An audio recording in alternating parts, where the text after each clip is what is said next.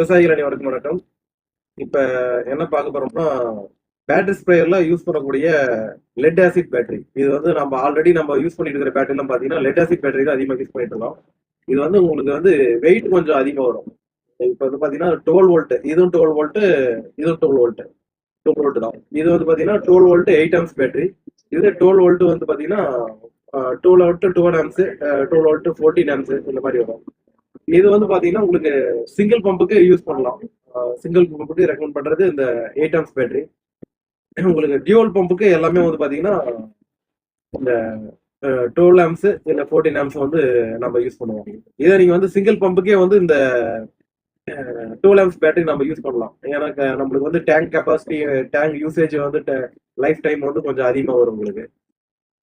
இது எல்லாமே பாத்தீங்கன்னா சார்ஜ் போடும் போது உங்களுக்கு வந்து 2 to 3 ஹவர்ஸ் நம்ம யூஸ் பண்ற யூசேஜ் பொறுத்து 2 to 3 ஹவர்ஸ் இல்ல 3 to 4 ஹவர்ஸ் அதுக்கு மேல நம்ம சார்ஜ் பண்ணக்கூடாது.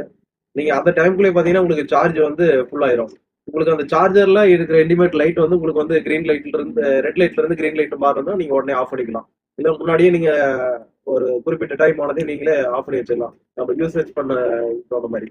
இல்லைன்னா நீங்க லாங் டைமா நீங்க வந்து சார்ஜ் பண்ணிட்டு அன்பிளக் பண்ணாம சார்ஜ் பண்ணிட்டு நீங்க அப்படியே விட்டீங்கன்னா உங்களுக்கு வந்து பேட்டரி டவுன் ஆயிருங்க.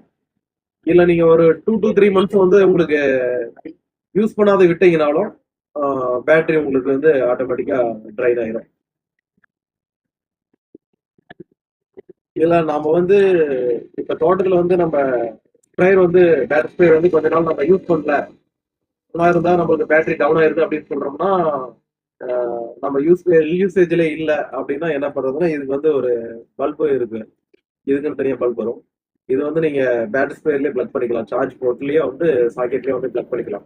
பிளக் பண்ணிட்டு நீங்க யூஸ் பண்ணிக்கலாம். இதுல ஆன் ஆஃப் சுவிட்ச் வந்துரும் உங்களுக்கு. இதுல வந்து உங்களுக்கு ஆன் ஆஃப் சுவிட்ச் வந்துரும்.